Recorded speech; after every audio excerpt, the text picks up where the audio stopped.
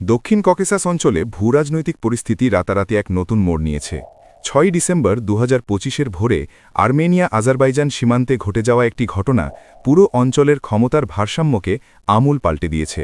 ভারতীয় অস্ত্রে সজ্জিত আর্মেনিয়ার সেনাবাহিনী ভারতের তৈরি পিনাকা মাল্টিব্যারেল রকেট লঞ্চার ব্যবহার করে সীমান্ত সংলগ্ন আজারবাইজানের একটি ট্যাঙ্ককে মুহূর্তের মধ্যে সম্পূর্ণ ধ্বংস করে দিয়েছে। এটি কেবল একটি সামরিক আঘাত ছিল না, ছিল এক স্পষ্ট বার্তা।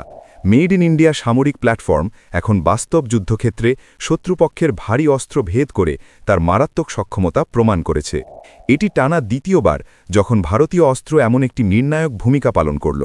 এই ঘটনা শুধু একটি ট্যাঙ্ক ধ্বংসের খবর নয়, এটি দীর্ঘদিনের আঞ্চলিক সমীকরণ, সামরিক জোট এবং ভূরাজনৈতিক প্রভাবের গভীর পরিবর্তনকে ইঙ্গিত করছে, যা অনেক আন্তর্জাতিক বিশ্লেষককে অবাক করেছে। কিভাবে একটি একক সামরিক পদক্ষেপ সমগ্র অঞ্চলের ভবিষ্যতের ওপর এমন প্রভাব ফেলছে, এর পেছনের কারণ এবং ভারতের ক্রমবর্ধমান সামরিক কূটনীতি কতটা কার্যকর, তা আজ আমরা বিশদভাবে বিশ্লেষণ করব। কিন্তু তার আগে দয়া করে এই ভিডিওটি লাইক দিয়ে চ্যানেলটি সাবস্ক্রাইব করুন, কারণ এটি আপনার জন্য ১ সেকেন্ডের ব্যাপার, কিন্তু এটি আমাদের অনেক সাহায্য করে। এই মাসের ৬ তারিখে দক্ষিণ ককেসাসে যা ঘটল তা কেবল একটি সাধারণ সীমান্ত সংঘর্ষ ছিল না। ভোরের আলো ফুটতেই আজারবাইজানের ট্যাঙ্কগুলো আর্মেনিয়ার রেহাইশি এলাকার দিকে নির্বিচারে গোলাবর্ষণ শুরু করে। পরিস্থিতি দ্রুত উত্তপ্ত হয়ে ওঠে।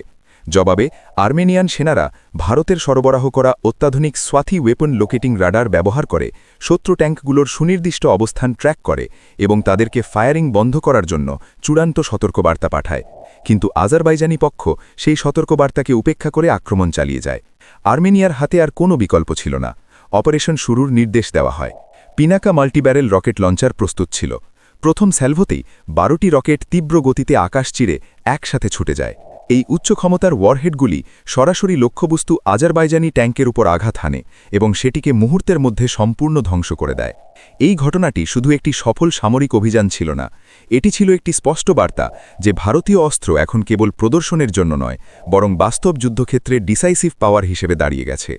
আর্মেনিয়া এখনও পর্যন্ত আজারবাইজানের ৩টি ট্যাঙ্ক ধ্বংস করেছে, যা আজারবাইজানি সেনাবাহিনীর ওপর ক্রমশ চাপ বাড়াচ্ছে। এই মুহূর্তটি বিশেষভাবে তাৎপর্যপূর্ণ, কারণ ২০২০ সালের ৪৪ দিনের যুদ্ধে আজারবাইজান তুর্কি ড্রোন এবং ইসরায়েলি হার্পি সিস্টেম ব্যবহার করে আর্মেনিয়ার ২০০টিরও বেশি ট্যাঙ্ক ধ্বংস করেছিল। সেই যুদ্ধের পরেই আর্মেনিয়ার রাশিয়ার ওপর থেকে আস্থা দুর্বল হয়ে যায়, কারণ মস্কোর অস্ত্র সরবরাহ আসতে দেরি হচ্ছিল এবং প্রয়োজনের সময় তা যথেষ্ট ফলপ্রসূ ছিল না। এরপর থেকেই আর্মেনিয়ার যেটুকু ভরসা রাশিয়ার ওপর ছিল তা ধীরে ধীরে ভারতের দিকে সরে আসে। আর সেই কারণেই ২০২০ সাল থেকে ভারত আর্মেনিয়ার প্রধান প্রতিরক্ষা অংশীদার হিসেবে উঠে এসেছে। গত কয়েক বছরে ভারত আর্মেনিয়াকে ৬টি পিনাকা এমবিআরএল সিস্টেম, আধুনিক এটিএজিএস হাউজার এবং একাধিক অ্যান্টি ট্যাঙ্ক গাইডেড মিসাইল সরবরাহ করেছে। এই অস্ত্রগুলি কেবল আর্মেনিয়ার ফায়ার পাওয়ারকেই শক্তিশালী করেনি, বরং যুদ্ধক্ষেত্রে দ্রুত প্রতিক্রিয়া জানানোর ক্ষমতা কয়েক গুণ বাড়িয়ে দিয়েছে। এখানেই শেষ নয়। ২০২৫ নভেম্বর থেকে ভারত ও আর্মেনিয়ার মধ্যে ব্রাহ্মোস সুপারসনিক ক্রুজ মিসাইল নিয়ে উচ্চস্তরের আলোচনা চলছে। এটি স্পষ্ট ইঙ্গিত দেয় যে আর্মেনিয়া এখন তার জাতীয় নিরাপত্তা কাঠামোর কেন্দ্রেই ভারতের জন্য একটি স্থায়ী জায়গা রাখতে চায়। আর্মেনিয়ান কমান্ডাররা প্রকাশ্যে স্বীকার করেছেন, ভারতীয় অস্ত্র আমাদের অপারেশনাল প্ল্যানিংকে অন্য স্তরে নিয়ে গেছে। আমরা এখন শত্রুপক্ষের চাপের মুখে অনেক বেশি স্থিতিশীল। আজারবাইজানের প্রতিক্রিয়া কি? এই ঘটনা আজারবাইজান সরকারের ওপর ভীষণ চাপ সৃষ্টি করেছে। বহু বছর ধরে তারা ভারতীয় অস্ত্রকে হালকাভাবে দেখত, কিন্তু আজ সেই ভুল তাদের জন্য সবচেয়ে বড় ভুল প্রমাণ হয়েছে। যে অস্ত্রকে তারা গুরুত্ব দিত না, সেই অস্ত্রই আজ বাস্তব যুদ্ধক্ষেত্রে তাদের ট্যাঙ্কগুলিকে গুড়িয়ে দিচ্ছে। এই আঘাত তাদের কাছে ছিল সম্পূর্ণ অপ্রত্যাশিত। এই একটিমাত্র হামলাই দক্ষিণ ককেসাস অঞ্চলের পুরো নিরাপত্তা ভারসাম্যকে নাড়িয়ে দিয়েছে। বহু বছর পর প্রথমবার আর্মেনিয়া আজারবাইজানের সঙ্গে প্রায় সমান অবস্থানে দাঁড়িয়েছে। আজারবাইজানি সেনারা নিজেরাও বুঝতে শুরু করেছেন যে ভারত আর্মেনিয়া অংশীদারিত্ব এখন আর কেবল নতুন অস্ত্র সরবরাহে সীমাবদ্ধ নয়, এটি আর্মেনিয়াকে মাঠে বাস্তব সামরিক সুবিধা দিচ্ছে। বিশেষজ্ঞদের আলোচনা অনুযায়ী অনেকেই মনে করেন যে এই সহযোগিতা যদি একই গতিতে এগোতে থাকে, তাহলে আর্মেনিয়া খুব দ্রুত তার সামরিক সক্ষমতায় বড়সড় লাভ দিতে পারবে। পিনাকা এবং এটিএজিএসের মতো প্ল্যাটফর্ম আর্মেনিয়াকে লং রেঞ্জ প্রিসিশন স্ট্রাইক এবং হাই মোবিলিটি ফায়ার সাপোর্ট দিয়েছে, যা এর আগে তাদের হাতে ছিলই না। ৬ ডিসেম্বরের ঘটনাটি ভারতের জন্য একটি ঐতিহাসিক মুহূর্ত। প্রথমবার ভারতীয় অস্ত্র এমন একটি সংবেদনশীল অঞ্চলের বাস্তব যুদ্ধক্ষেত্রে নির্ণায়ক প্রমাণ হল। এর ফলে ভারতের ভাবিমতি এখন আর শুধু একজন অস্ত্র রপ্তানিকারক নয়, বরং একজন বিশ্বস্ত সামরিক অংশীদার হিসেবে গড়ে উঠেছে। আধুনিক যুদ্ধ আর কেবল সংখ্যায় নির্ধারিত হয় না। উন্নত প্রযুক্তি, নির্ভরযোগ্য ভাগিদারিত্ব এবং উচ্চ নির্ভুলতা সম্পন্ন সিস্টেম এই তিনটি যুদ্ধের মোড় ঘুরিয়ে দেয়। আর্মেনিয়া বহু দশক পর সেই আত্মবিশ্বাস পেল, যা বারবার সংঘর্ষের মাঝেও তারা খুবই কম দেখাতে পেরেছিল। 2025 সালে আমেরিকার মধ্যস্থতায় শান্তি চুক্তি হলেও সীমান্তে সংঘর্ষ পুরোপুরি থামেনি। এই অস্থির পরিস্থিতির মাঝে ভারতীয় অস্ত্রের এই কার্যকারিতা এখন স্ট্র্যাটেজিক স্টাডির বড় বিষয় হয়ে দাঁড়িয়েছে। বিশ্লেষকরা বলছেন, ভারত আর্মেনিয়া সহযোগিতা ধীরে ধীরে ওই অঞ্চলে রাশিয়ার ঐতিহ্যবাহী প্রভাবকেই চ্যালেঞ্জ করছে। সোভিয়েত আমল থেকে রাশিয়াই ছিল নিরাপত্তার সবথেকে বড় সরবরাহকারী, কিন্তু ইউক্রেন যুদ্ধের পরে রাশিয়ার পুরো ফোকাস এবং রিসোর্স ছিন্ন ভিন্ন হয়ে যায়। ঠিক সেই সময় আর্মেনিয়ার মনে হলো এইভাবে আর চলবে না, তাদের নতুন একজন নির্ভরযোগ্য অংশীদার দরকার। আর এই শূন্যস্থানটা সবথেকে স্বাভাবিকভাবেই পূরণ করল ভারত, কারণ ভারতের সঙ্গে আর্মেনিয়ার সম্পর্ক শুধু অস্ত্র কেনাবেচার মধ্যে আটকে নেই, এটা ট্রাস্ট বেসড অংশীদারিত্বে পরিণত হয়েছে। আজারবাইজানের ক্ষমতার উৎস শুধু তার ড্রোন, মিসাইল বা সাজোয়া যান নয়, তার প্রকৃত শক্তি লুকিয়ে আছে গ্যাস পাইপলাইনে এবং ইউরোপের জ্বালানি নির্ভরতায়।